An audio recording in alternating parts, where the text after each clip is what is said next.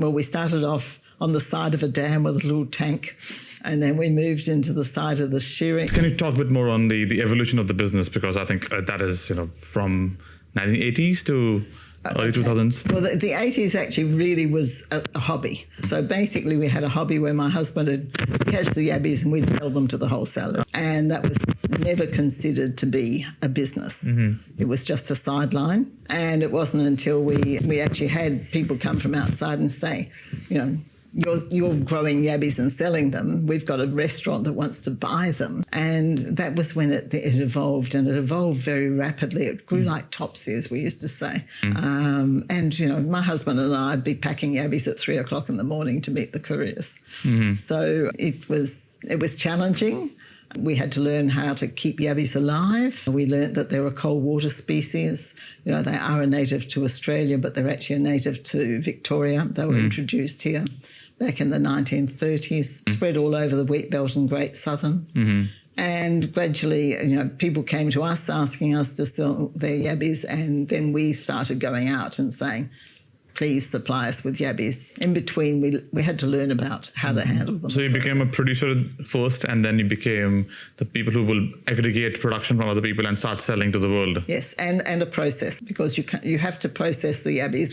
When you get them, they go into cold water and we purge them to empty the guts so that they taste sweet and they travel well. Because they're a cold water species, they can travel all over the world. I mean, they used to be FedEx to New York, and then all over the country. They were flown to New York and then FedExed all over America. Wow. And then how did you handle the operation? So how big did the team grew up to? And what was the maximum size of the team which became? Well, as it grew, we employed a lot of women. I always said women were absolutely fabulous because they nurtured their babies. If I told a woman that she needed to keep the yabbies cold and handle them well, she did it because she wanted to nurture her babies. Whereas a guy is, we're different. Men are more focused on the finish, getting over the finish line. And so if they lose a little bit on the way, it wasn't such a big deal. So, we loved the number of women we had growing yabbies for us and supplying us. And of course, we started off on the side of a dam with a little tank, and then we moved into the side of the shearing shed, and then we moved and took over the hay shed, and then we doubled the size of it to put in a tank which is 13 metres long by 3.8 metres wide, which is refrigerated.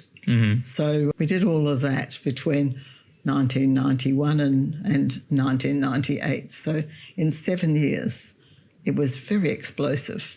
And then what happened from there? You just did it? It was going really well until 2006. I heard that they were going to spray from Esperance to Perth to kill grasshoppers, and they were going to spray aerially. Now, if you know anything about spraying aerially, you've got a 2-kilometre radius inversion.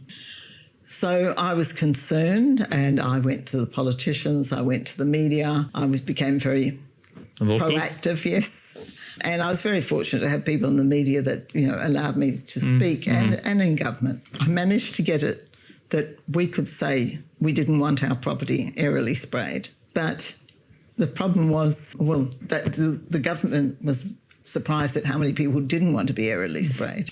But we weren't sprayed, but we had dead birds on our property because they'd eaten yabbies and other things that had been poisoned.